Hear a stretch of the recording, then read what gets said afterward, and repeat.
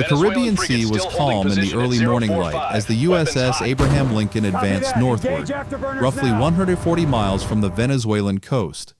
The time was just after 6 a.m., a moment when routine dominates life aboard a carrier.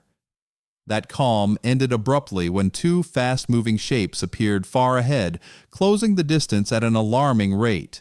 Their speed and trajectory made it clear almost instantly. These were military jets, not civilian aircraft. As the engine's roar reached the flight deck, sailors froze mid-task and looked toward the horizon. The air above the ocean shimmered as two Venezuelan K-8 attack aircraft surged into view, flying dangerously low, less than 2,000 feet above the water. They made no radio contact and issued no identification. Instead, they banked sharply across the carrier's bow, executing a classic intimidation maneuver designed to provoke a response. On the bridge, there was no visible reaction. The commanding officer watched the jets pass through his binoculars and issued a calm order to hold course. The massive nuclear-powered carrier neither slowed nor turned. The lead aircraft pulled into a steep climb, its afterburners igniting as a plume of smoke cut across the morning sky, while the second jet followed close behind, rocking its wings in a show of aggression. Deep inside the ship, the Combat Information Center was already tracking the encounter in precise detail. Radar and infrared systems mapped every movement in real time. Within seconds, analysts confirmed the jets were unarmed. This was not an attack, but a calculated display of bravado. Even so, the danger was real. Flying that low and that close to a carrier left no margin for error. A single mistake could have transformed a political gesture into a catastrophic international incident. When the jets finally turned back toward Venezuela minutes later, the tension lingered, an unspoken reminder of how fragile calm at sea can be. For a brief moment, it seemed, the encounter had ended. The Venezuelan jets had turned away, and the radar picture suggested the sky was clearing. That illusion lasted less than 2 minutes. Inside the USS Abraham Lincoln's Combat Direction Center, operators noticed a sudden change on their screens. New radar returns appeared, fast, climbing, and approaching on a direct vector. What had been 2 contacts was now 4. The room shifted instantly from observation to action. Identification systems were queried, no response. Radio hails went unanswered. The incoming aircraft maintained speed and altitude, closing the distance with purpose. This was no accidental overflight. Every watchstander understood the implication, yet the atmosphere remained controlled. This scenario had been rehearsed countless times. Above deck, the response unfolded with practiced precision. Flight deck crews sprang into motion as 2 FA-18E Super Hornets were readied for immediate launch. Yellow shirt directors guided the aircraft into position while catapult teams locked them in place. Final checks were completed in seconds. With a sharp signal from the shooter, the first Hornet was hurled forward, followed moments later by the second, both climbing hard into the morning sky. Their mission was clear and limited: intercept, identify, and prevent escalation. As the fighters turned toward the approaching radar tracks, the carrier group adjusted defensively. Escorting destroyers moved forward to tighten the protective screen, while the carrier itself held speed and heading. To an outside observer, the lack of maneuver might have seemed provocative. In reality, it was deliberate. The carrier's refusal to deviate sent a silent message: posturing would not dictate its movement. As the Hornets gained altitude and closed the gap, it became increasingly clear that the renewed approach was intentional. This was no coincidence or miscommunication. The situation had evolved from a reckless flyby into a calculated test of resolve, and every participant understood that the next few minutes would matter far beyond the Caribbean sky. As the American fighters climbed through the morning sky, the full scope of the situation became impossible to ignore. At around 15,000 feet, the FA-18 Super Hornets leveled off and locked onto 4 distinct radar contacts ahead of them. The formation was tight, coordinated, and climbing, clear evidence that this encounter was no accident. Data streamed seamlessly from the carrier's sensors into the pilot's displays, giving them a complete picture of speed, altitude, and bearing in real time. The lead pilot, call sign Viper 1, confirmed visual identification as the aircraft emerged from thin cloud layers. The contacts were Venezuelan K-8 jets. The rules of engagement were clear. Remain defensive, avoid provocation, and document everything. The Hornets adjusted position, maintaining a disciplined intercept while keeping a safe but assertive distance. Radio. Communication crackled across the open channel as Viper 1 issued a formal warning, identifying the U.S. carrier group as operating in international airspace and instructing the approaching aircraft to alter course. The response came moments later, strained and accented, accusing the American aircraft of violating Venezuelan territory and demanding they turn away. Almost immediately, one of the K-8s cut sharply across the Hornet's nose at high speed, triggering proximity alerts in the cockpit. Despite the aggressive maneuver, the American pilots remained steady. There was no attempt to intimidate in return. Instead, they slid into a shadowing position, matching speed and altitude while recording every movement. Below them, the carrier and its escorts held formation, appearing almost motionless against the vast Caribbean. The airspace grew increasingly tense as the Venezuelan jets tightened their formation and drifted closer to the Hornets' flight path. Though visibly unarmed, their behavior was unmistakably confrontational. What unfolded was no dogfight, but a dangerous aerial standoff, one defined not by weapons fired, but by restraint, precision, and the quiet discipline required to keep provocation from turning into catastrophe. As the standoff intensified, the distance between caution and catastrophe narrowed to mere seconds. High above the carrier strike group, the Venezuelan jets grew increasingly aggressive, weaving through the sky with little regard for safety. One aircraft suddenly broke formation, banking sharply and slicing across the nose of an American fighter at dangerously close range. The maneuver was abrupt and reckless, forcing the U.S. pilot to remain razor-focused to avoid collision. Inside the USS Abraham Lincoln, every movement was tracked with clinical precision. Radar sweeps plotted each turn, altitude shift, and speed change, rendering the chaos outside as calm digital lines on glowing screens. The contacts were now closing to within miles of the carrier itself. As the range decreased, defensive systems quietly transitioned to higher alert. Close-in weapon systems powered up, barrels rotating into ready position, yet no order was given to engage. On the bridge and in the combat center, voices remained measured. There was no shouting, no rush to action. Orders were brief and deliberate. Maintain course, hold speed, do not escalate.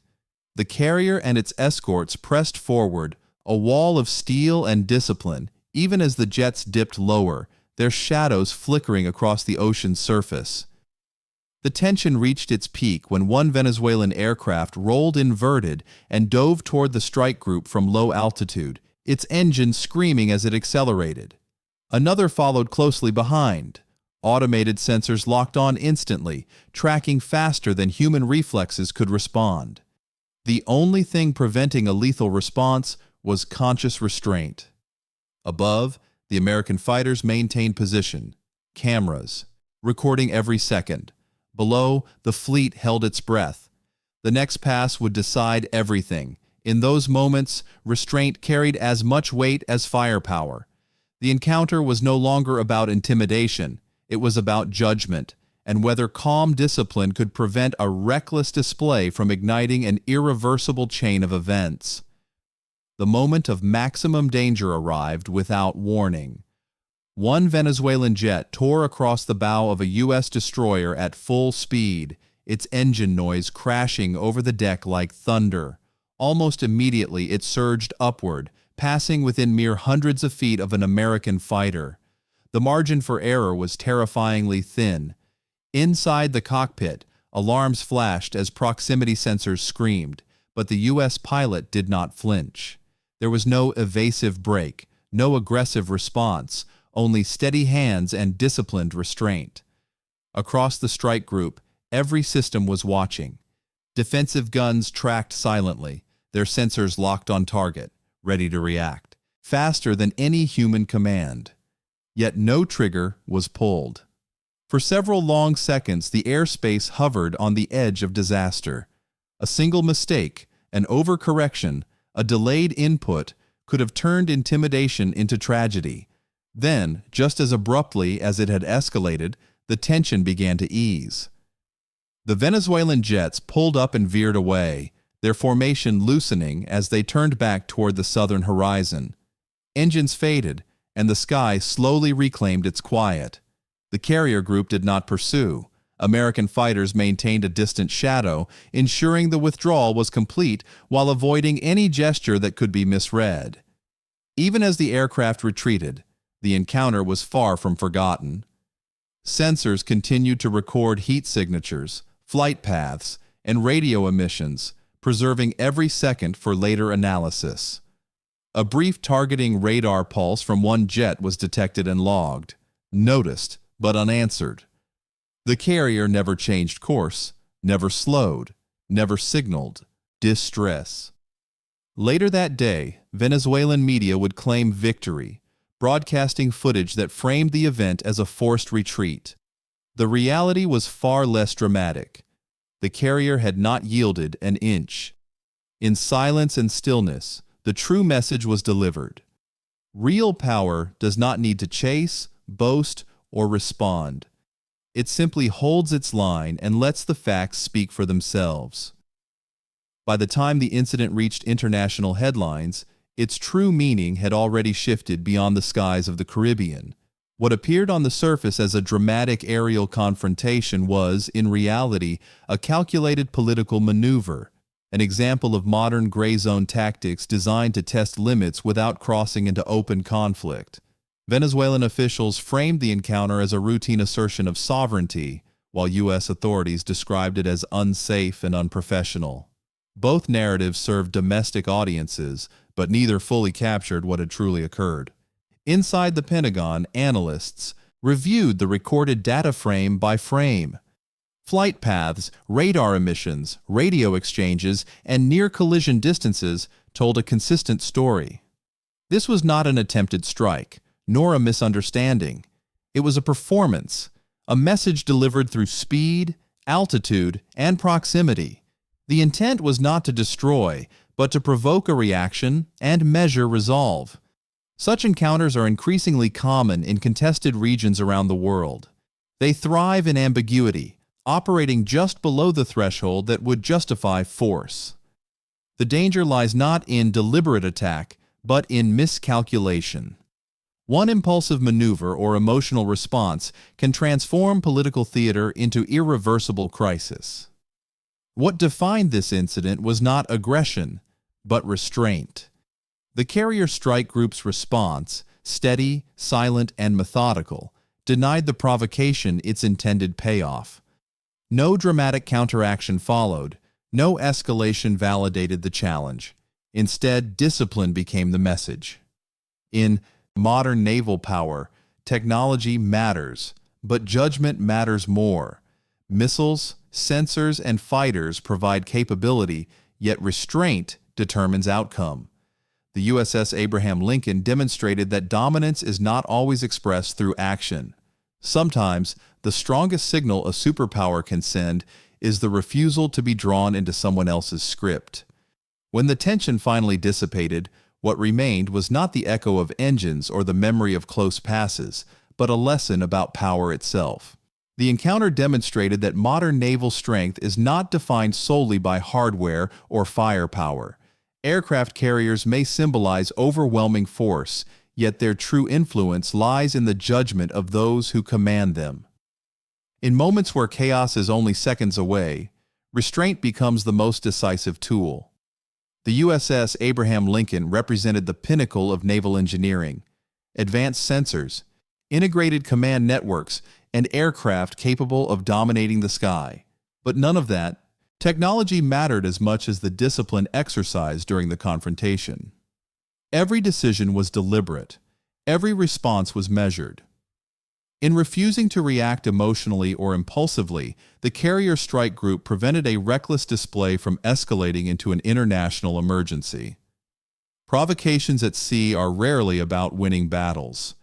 They are tests of nerves, credibility, and resolve.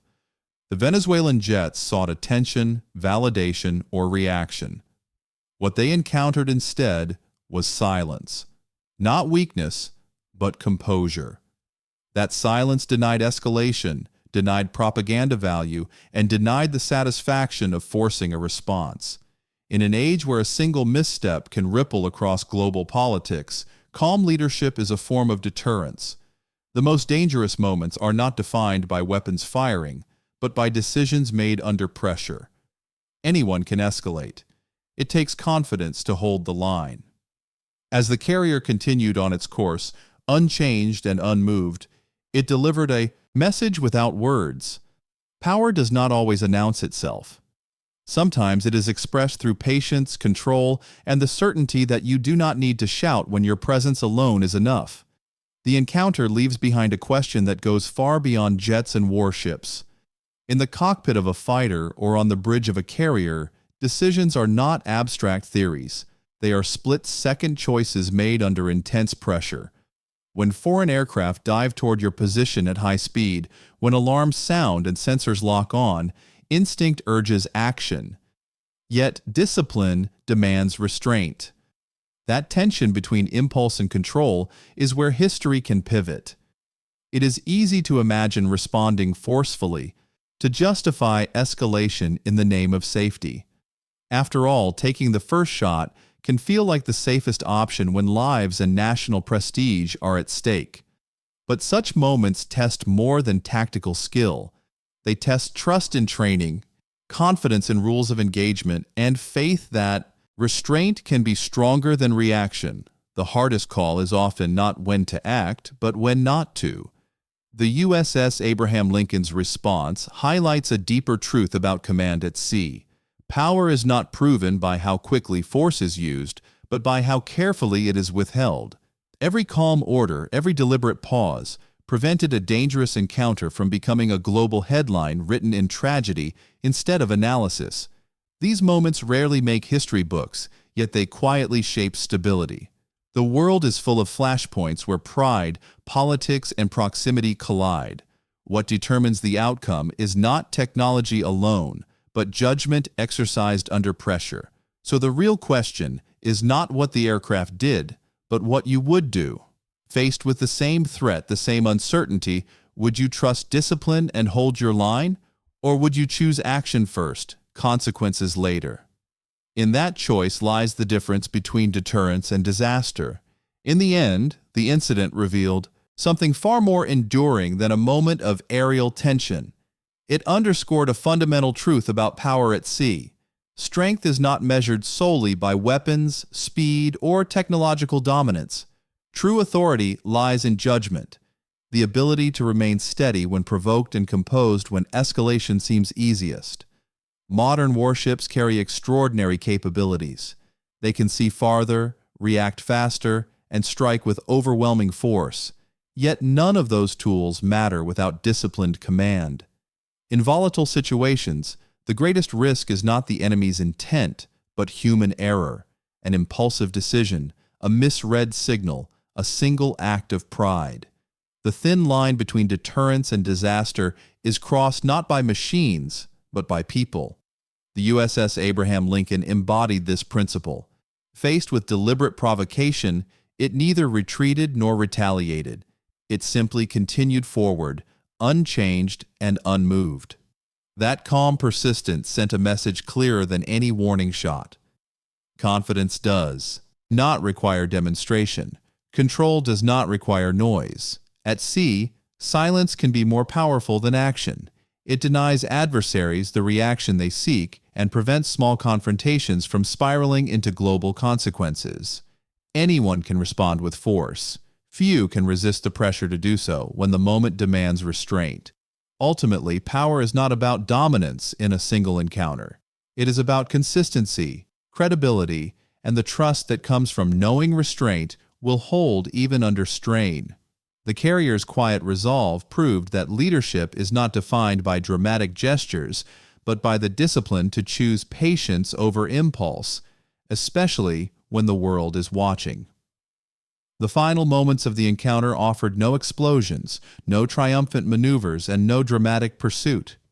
Instead, they revealed a quieter, more profound reality about power in the modern world.